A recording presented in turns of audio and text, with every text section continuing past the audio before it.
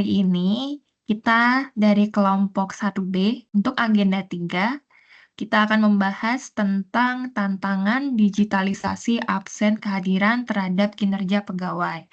Nah, sebelumnya kita mau perkenalan dulu. Pertama saya Restia Syari Ardia Utami. Selanjutnya bisa teman-teman. Boleh dari saya dulu mungkin ya Mbak ya. Ya. Saya Redi Ilham Setiadi, analis pengelolaan keuangan APBN, Perbantuan PPS Jawa Barat. Baik, boleh. Selanjutnya dengan saya Rifda Rofifa Zulkifli dari Pusbangkom BPW sebagai seorang widya iswara ahli pertama. Oke, selanjutnya saya perkenalkan, nama saya Salsa Alfadila Permana, jabatan saya pengelola sumber daya air ahli pertama dari Direktorat Bina Teknik Sumber Daya Air. Iya, salam kenal, saya Rizky Fauzia Muzaki dari BPBPK Jawa Barat untuk jabatan penata kelola bangunan gedung dan kawasan permukiman. Oke, salam kenal semuanya. Nama saya Sergio Martansini. Saya sebagai analis SDM Apartu Ahli Pertama dari Balai Air Tanah. Halo semuanya, perkenalkan namaku Syahkito Ajirusadani. Aku arsiparis ahli pertama di Balai Geoteknik, Terowongan, dan Struktur. Terima kasih. Nah, terima kasih teman-teman semua. Terkait digitalisasi absen kehadiran terhadap kinerja pegawai. Mungkin ada beberapa isu ya terkait digitalisasi tersebut. Dari teman-teman mungkin ada yang mau menanggapi mungkin atau mengusulkan isu-isu apa yang mungkin sore ini kita bahas?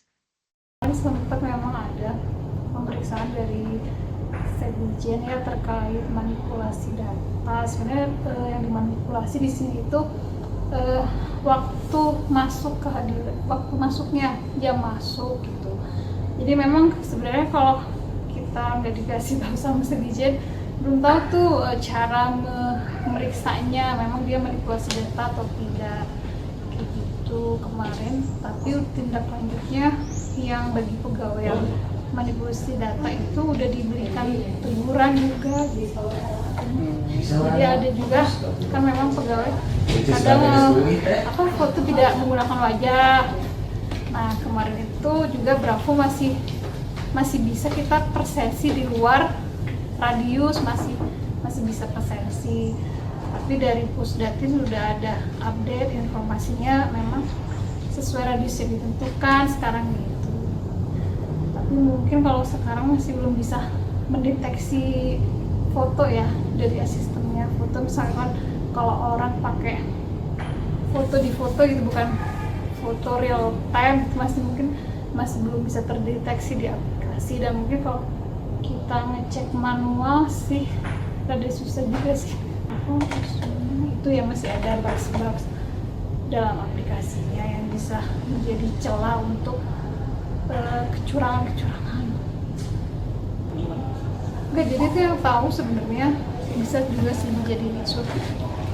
Yang tahu pegawai itu sendiri ya, dia merasa sudah absen pagi misalkan masuk kantor, tapi pas jam pulang kantor dia mau presensi, kok presensi pagi hilang.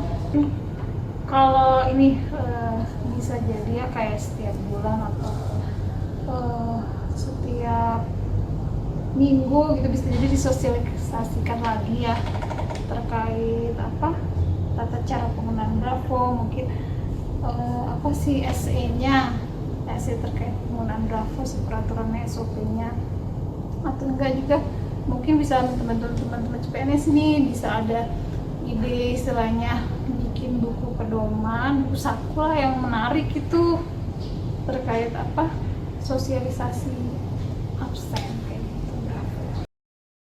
Mungkin dari saya Mbak ya. Tadi kan kebetulan saya sama Mbak Rizky ngedatengin Mbak Gia ini itu bagian kepegawaian yang mengurus absensi di Balai BPBPK Jawa Barat. Nah, tadi tuh kita udah ngobrol nih terkait isu digitalisasi absensi ya. Gimana nih Mbak Rizky? Hasilnya gimana? Iya, jadi tadi sih dari Bagia ada beberapa isu yang disampaikan. Salah satunya itu Bagia selama ini untuk perhitungan tukin itu masih melakukan secara manual. Jadi belum ada sistem yang otomatis menyambungkan masalah absensi dan perhitungan tukin. Jadi si absennya manual dulu, masukin ke Excel, terus dikirim ke pusat buat perhitungan tukinnya Mas, gitu.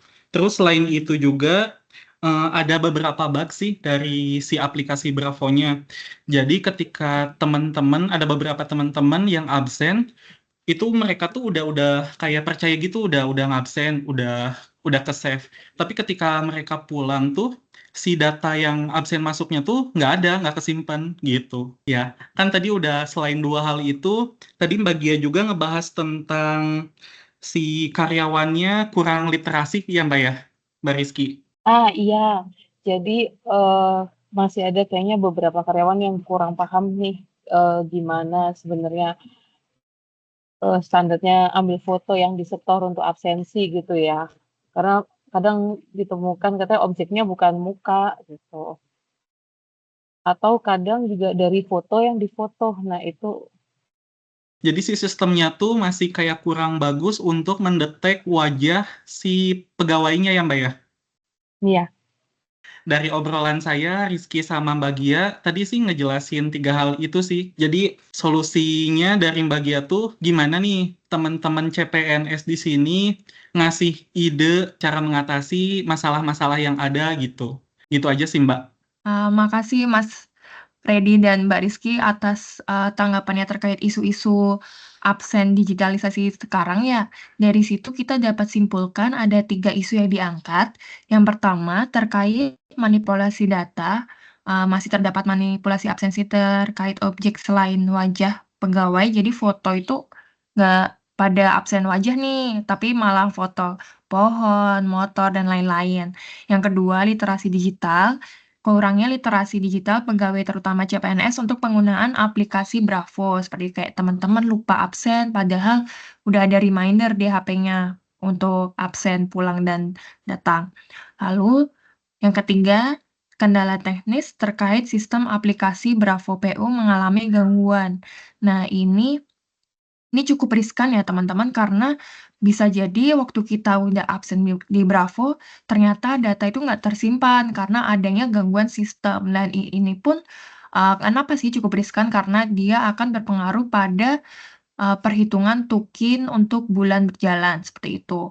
Mungkin dari sini kita bisa analisis ya menggunakan analisa Fishbone, yang mana analisis itu menggunakan dan menguraikan akar permasalahan secara sistematis dengan kategori 6M, yaitu Man, Machine, Method, Material, Measurement, and Mother Nature. Mungkin dari teman-teman ada yang bisa menjelaskan terkait analisis Fishbone yang akan kita bahas? Oke, makasih nih Mbak Resti. Jadi di sini aku mau coba ngejelasin ya metode fishbone diagram itu kayak gimana.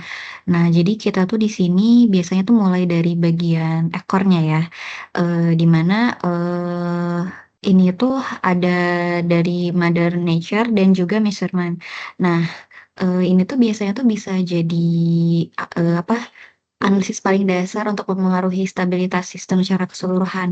Nah, yang pertama itu untuk Mother Nature itu ada koneksi internet instansi tidak stabil, terus juga ada gangguan listrik mendadak, terus juga ada lingkungan kerja belum mendukung literasi digital.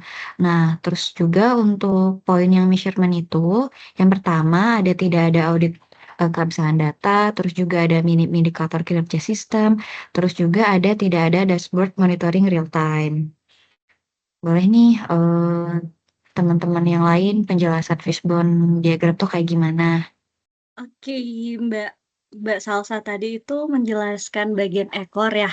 Nah, sekarang tuh saya ingin menjelaskan bagian tubuh si fishbone ini. Nah, di sini di bagian tubuh fishbone ini ada 2 komponen ya. Ada bagian dari faktor material dan juga faktor dari mesin. Jadi kalau dari faktor materialnya sendiri itu ada penyebabnya, ada Yang pertama tuh ada bug pada aplikasi Bravo PU. Nah, di mana sistem aplikasi ini tuh masih ada kesalahan atau error yang biasa mengganggu dari aplikasi Bravo. Yang kemudian tuh ada penyebab karena database-nya tidak terstruktur dengan baik. Nah, biasanya ini data tersimpan tidak rapi, menyulitkan pengelolaan dan juga pencarian dari data-data yang telah tersimpan. Kemudian ada kapasitas sistem terbatas. Untuk mesinnya sendiri, itu faktor penyebabnya nih karena biasa tuh di IT-nya ya, dari alat-alatnya si atau perangkat dari Bravo tersendiri itu biasanya tuh gara-gara servernya tuh tidak stabil, biasanya tuh karena sering down atau tidak bisa diakses dengan baik. Jadi, masyarakat ataupun, teman-teman PU, pegawai-pegawai PU tuh kadang merasa dirugikan ya, karena biasa tuh servernya tuh tidak stabil. Nah, yang kedua itu karena kualitas perangkat keras itu kurang memadai, di mana spesifikasi hardware rendah sehingga kinerja sistem tuh terganggu. Yang terakhir itu dari mesin sendiri, penyebabnya itu tidak adanya perangkat cadangan. Nah, ketika terjadi kerusakan, tidak adanya backup hardware sehingga layanan tuh bisa berhenti, seperti itu sih, Mbak, kalau dari batang tubuh Fishbone ini. Baik, mungkin melanjutkan penjelasan dari Mbak Salsa dan Mbak Rifda. Saya mau menjelaskan bagian yang mendekati kepala. Ada 2 faktor yang mempengaruhi. Yang pertama ada metode dan man atau orangnya. Dari bagian metode sendiri, yang pertama faktornya adalah tidak ada SOP backup dan recovery data. Yang kedua adalah prosedur pencatatan manual tidak berjalan. Yang ketiga, mekanisme monitoring sistem belum efektif. Sedangkan dari faktor man atau manusianya, yang pertama adalah kurangnya pelatihan penggunaan sistem. Kedua adalah human error saat input data. Yang terakhir adalah admin tidak melakukan backup secara rutin. Nah, terima kasih teman-teman udah dibantu jelasin tuh apa itu analisis Fishbone dari isu yang kita angkat, core isunya yaitu data tidak tersimpan pada sistem Bravo. Dari hasil analisis tersebut, kira-kira gimana ya solusi ke depannya untuk mengatasi data tidak tersimpan pada sistem Bravo tersebut? Oke, Mbak Resti, tadi teman-teman kan udah jelasin nih terkait analisis Fishbone-nya. Nah, di sini aku mau coba jelasin terkait ide atau gagasan solusinya gitu ya. Nah, yang pertama ini ada perawatan dan uji coba sistem secara rutin. Nah, contohnya itu jadwalkan maintenance aplikasi Bravo PO itu mingguan atau bulanan, misalnya setiap Jumat sore kayak gitu. Lalu ada juga buat checklist uji fungsi seperti login, input absensi, penyimpanan data, notifikasi, dan integrasi ke dashboard, kayak gitu. Lalu, gagasan solusi kedua itu ada fitur backup otomatis dan pemulihan data. Di mana contohnya itu bisa diterapkan sistem backup otomatis harian ke cloud storage misalnya, ada OneDrive, Google Drive, atau server internal lainnya. Lalu, yang kedua itu ada gunakan format data yang mudah dipulihkan. Nah, terus yang ketiga ini terkait gagasan solusinya yaitu SOP untuk backup manual. Jadi contohnya itu seperti susun SOP backup manual kayak siapa yang bertanggung jawab, terus kapan dilakukannya, dan bagaimana format penyimpanannya kayak gitu. Lalu yang kedua itu ada buat template backup manual. Contohnya tuh kayak Excel dengan kolom waktu, nama, lokasi, ataupun status absensi gitu, Mbak. Jadi mungkin seperti itu ide atau gagasan solusinya, Mbak Resti. Terima kasih Mas Gio. Jadi kita bisa simpulkan ya teman-teman terkait hasil analisis dan solusi yang kita bahas pada sore ini. Untuk solusi utamanya yang pertama melakukan perawatan dan uji coba sistem secara rutin. Yang kedua, menyediakan fitur keamanan berlapis. Dan ketiga, menerapkan standar prosedur untuk backup plan. Lalu untuk nilai positif nih apabila solusi itu diterapkan. Yang pertama itu data kehadiran lebih terjamin keakuratannya, administrasi berjalan lebih cepat, dan penilaian kinerja menjadi lebih objektif. Yang kedua, apabila solusi nih dibiarkan saja gitu, maka akan muncul dampak negatif, yaitu pegawai beresiko kehilangan motivasi, penilaian kinerja menjadi tidak adil, serta administrasi melambat dan rawan kesalahan. Dari ini kita dapat simpulkan bahwa gangguan pada aplikasi Bravo PU dapat menghambat kelancaran administrasi dan menurunkan akurasi penilaian kerja. Oleh karena itu, perlu adanya backup plan atau keamanan berlapis untuk mengatasi apabila terjadi gangguan pada aplikasi Bravo PU. Terima kasih teman-teman semuanya. Sekian podcast dari kami kelompok 1B. Dadah.